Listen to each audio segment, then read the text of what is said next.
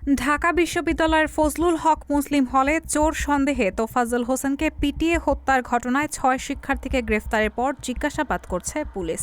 প্রাথমিক জিজ্ঞাসাবাদে তারা বিভিন্ন তথ্য দিয়েছেন। পরে শুক্রবার আদালতে ১৬৪ ধারায় জবানবন্দি দিয়েছেন গ্রেফতার শিক্ষার্থীরা। ঢাকা বিশ্ববিদ্যালয়ের ফজলুল হক মুসলিম হলে যখন এই তোফাজ্জল হোসেনকে মারধর করা হচ্ছিল, তখন নিজেকে নির্দোষ প্রমাণ করার জন্য তিনি স্বজনদের নম্বর দিয়েছিলেন। খবর পেয়ে তোফাজ্জলের মামাতো বোন আসমা আক্তার তানিয়া বিশ্ববিদ্যালয়ের কোনো এক ছাত্রের নম্বরে ফোন করে তাকে ছেড়ে দেওয়ার অনুরোধ করে বলেন, ও পাগল।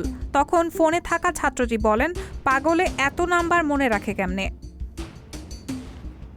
তানিয়ার অভিযোগ, এরপর তাকে আরও বেশি করে মারধর করা হয়।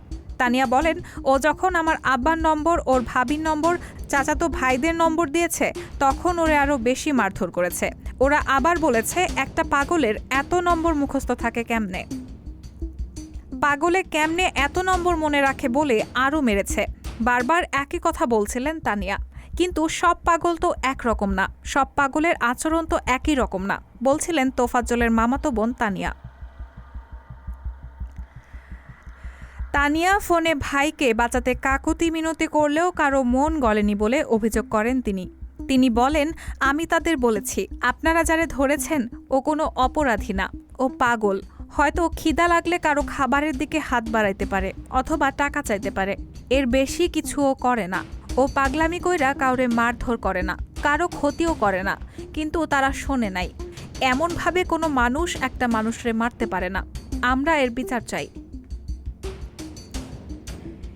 এদিকে দেশে গণপিটুনির বেশিরভাগ ঘটনায় মামলা দায়ের করা হলেও আলোচনায় না আসলে পুলিশের তেমন তৎপরতা থাকে না।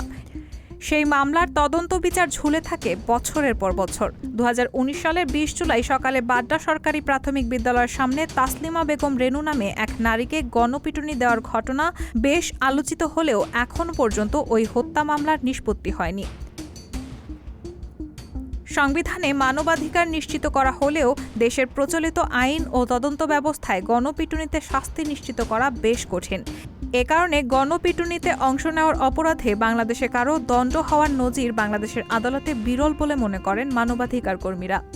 রায়হানা মুন, সবার কথা।